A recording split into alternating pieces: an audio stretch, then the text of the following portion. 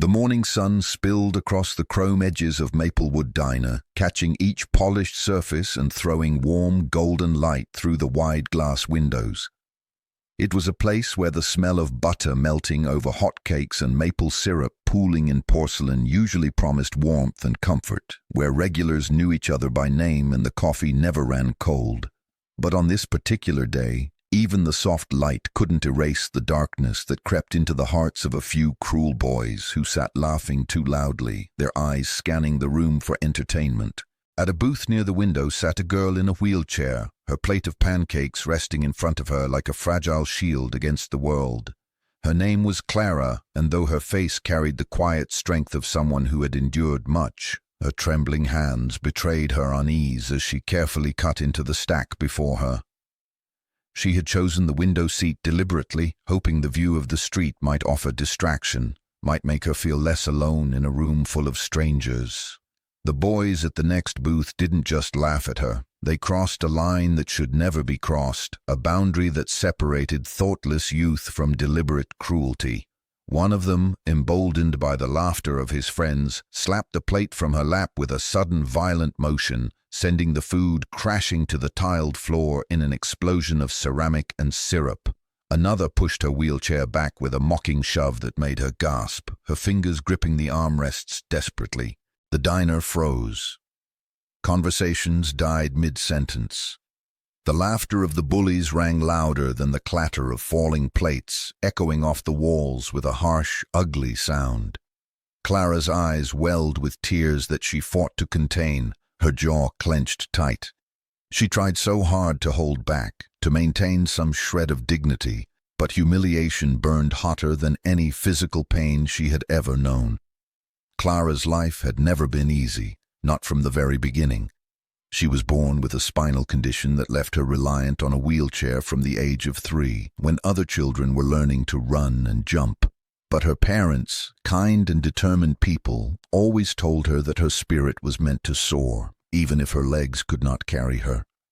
She clung to that belief fiercely, though the world often seemed determined to crush it beneath the weight of ignorance and casual cruelty. Every day she faced quiet stares from people who looked away when she caught them watching.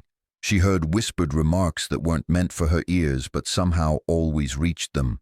She endured the pitying smiles of strangers who couldn't imagine her life, who saw only limitation where she saw possibility. But what she faced that morning in the diner went far beyond pity or ignorance. It was cruelty sharp enough to wound the soul, deliberate enough to leave scars that wouldn't show on the surface. As the boys cheered and high-fived each other, congratulating themselves on their supposed cleverness, others in the diner lowered their heads in shame. Some shook their heads in disapproval, their lips pressed into thin lines but did nothing, paralyzed by fear or uncertainty.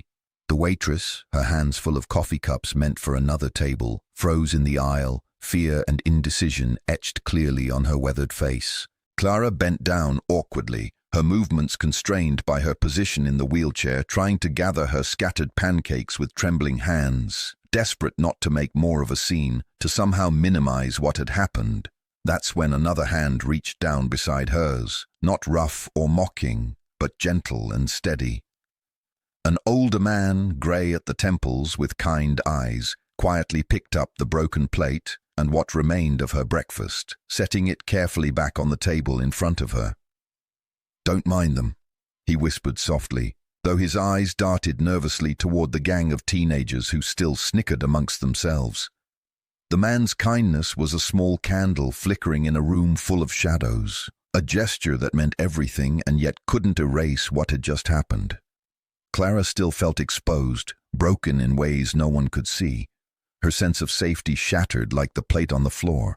She sat quietly after that, her appetite completely gone, her throat tight with unspoken words that pressed against her chest.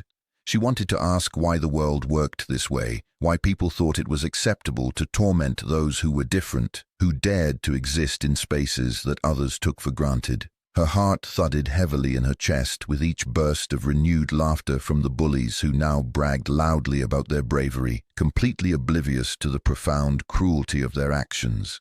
Clara closed her eyes and prayed silently for the hour to pass quickly, for the nightmare to end, for the ground to open up and swallow her whole. An hour later, something unexpected happened, something that shifted the entire energy of the diner in the space of a heartbeat. It began as a low rumble in the distance, almost like thunder rolling across summer skies. Heads turned toward the wide glass windows as the sound grew steadily louder, more distinct and purposeful. Dozens of motorcycles rolled into the parking lot in formation, their chrome glinting brilliantly under the midday sun, engines rumbling like the approach of destiny itself. The sight alone was enough to make conversations hush instantly and forks freeze in midair. The unmistakable insignia of the Hells Angels was emblazoned proudly on their leather jackets as they parked in a perfect line, engines growling like an approaching storm that promised to change everything. The Bullies, who just moments ago carried themselves with such arrogance and swagger, suddenly grew restless in their seats. Their smirks faltered and died. Everyone knew the reputation of the Hells Angels, fierce, fearless, and unafraid to stand their ground for what they believed was right. When the door of the diner swung open, the bell above it jingled softly, almost musically, but the silence that followed was louder than anything that had come before. A towering man with a thick beard and steel-hard eyes walked in first, his vest heavy with patches that told stories of roads traveled and battles fought. Behind him came another rider, and then another, until the diner felt smaller, its air charged with an electric tension that made everyone sit up straighter. Clara's eyes widened, her pulse racing with both fear and wonder at the scene unfolding before her. The man at the front scanned the room slowly and deliberately, his gaze sharp as a blade as it swept over the Bullies, who now looked very small indeed. Then his eyes softened noticeably when they landed on Clara sitting alone at her booth. It was as though he understood everything without a single word being spoken, as though he could read the story written in her tear-stained face and trembling hands. He stepped closer, his boots heavy and purposeful on the tiled floor, and knelt beside her wheelchair so their eyes were level. For the first time since that morning began, Clara didn't feel small or helpless. She felt seen, truly seen and protected by someone who understood what it meant to stand against cruelty. The leader, whose name was Roar, turned his head slowly and deliberately toward the Bullies. They sat frozen like statues, their pale faces betraying their guilt and growing fear. No one dared laugh now. No one dared even breathe too loudly. Roar's voice was low and steady, but powerful enough to cut through the heavy silence like a knife through paper. Though Clara couldn't hear his exact words from where she sat, she saw the shame wash over the Bullies' faces as their false bravado melted away like snow in the spring sun. One by one, they slid awkwardly out of the booth and stumbled toward the exit, heads lowered in disgrace, avoiding every gaze in the room. They didn't dare meet Clara's eyes again as they passed her table. Outside, the motorcycles formed an imposing wall of steel and leather, ensuring the boys' humiliation was complete and witnessed before they fled down the street on foot, no longer the predators they had pretended to be. But Roar didn't stop there. He called over the waitress, who approached with cautious respect and placed a large bill on the table. He told her to bring Clara anything she wanted, pancakes, milkshake, pie, the whole menu if she liked it.